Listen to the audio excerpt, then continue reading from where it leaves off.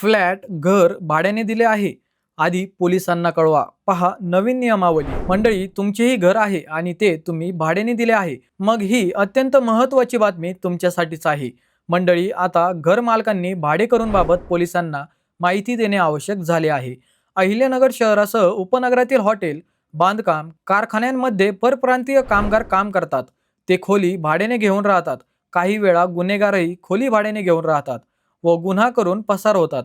अशा घटनांमुळे घर मालकांना मनस्ताप सहन करावा लागतो.